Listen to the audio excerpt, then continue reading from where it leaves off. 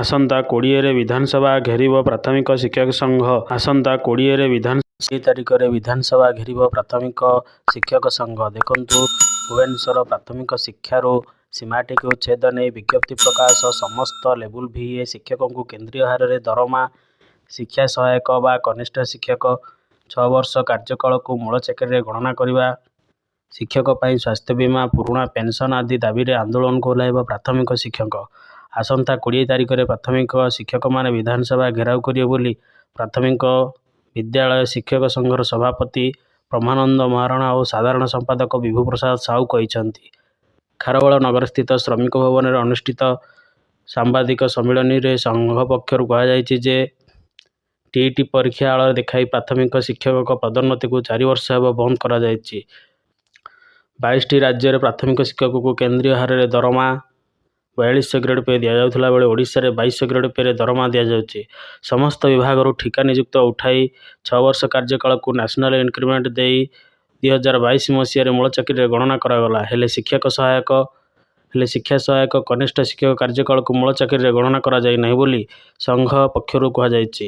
ସାମ୍ବାଦିକ ସମ୍ମିଳନୀରେ କାର୍ଯ୍ୟକାରୀ ସଭାପତି କୃଷ୍ଣଚନ୍ଦ୍ର ବେହେରା, ସୁଧାଂଶୁ ମଣ୍ଡଳ, ଟୁଲୁ ଦେଇ, ଚିନ୍ତାମଣି ପାଢ଼ୀ ଓ ଅଗାଧୁ ସେଠୀ ପ୍ରମୁଖ ଉପସ୍ଥିତ ଥିଲେ।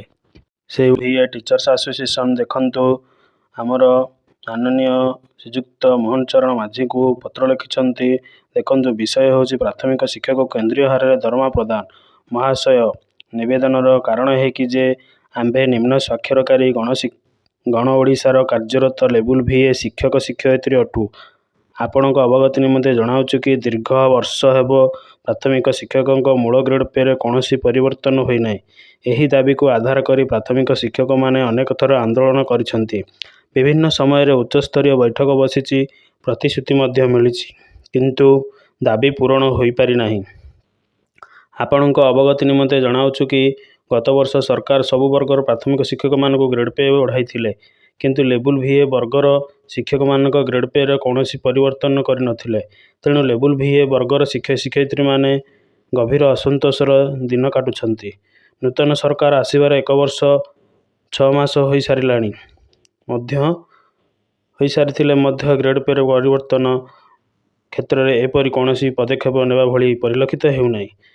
ଆଗକୁ ଅଷ୍ଟମ ବେତନ କମିଶନ ଅଛି, ଫଳରେ ପ୍ରାଥମିକ ଶିକ୍ଷକ ଦରମାରେ ତାରତମ୍ୟ ଆଶଙ୍କା ପ୍ରକାଶ ପାଉଛି।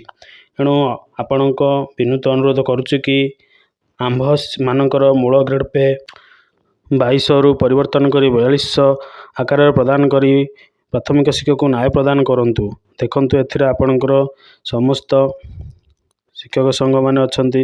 ଏଠି ଆପଣଙ୍କ ବିଶ୍ୱସ୍ତ ସୁନୀଲ କୁମାର ପ୍ରଧାନ, ମଳୟ କୁମାର ଜେନା, ବିବେକାନନ୍ଦ ବେହେରା, ପ୍ରକାଶ ନାରାୟଣ ଜେନା, ଅନନ୍ତ ଭଞ୍ଜନ ସାହୁ, ତୃପ୍ତିନୟୀ ନାୟକ, ଅଜିତ କୁମାର ମହାରଣା, ପ୍ରଦୀପ୍ତ କୁମାର ବେହେରା, ପ୍ରଦୀପ କୁମାର ସେନଗୁପ୍ତା ଇତ୍ୟାଦିଙ୍କର ସ୍ୱାକ୍ଷର ଅଛି। ତେଣୁ ଆପଣମାନଙ୍କର ଲେବୁଲ VAର ନିବେଦନଗୁଡ଼ିକ ସରକାରଙ୍କୁ ଜଣାଇ ଦିଆଯାଇଛି।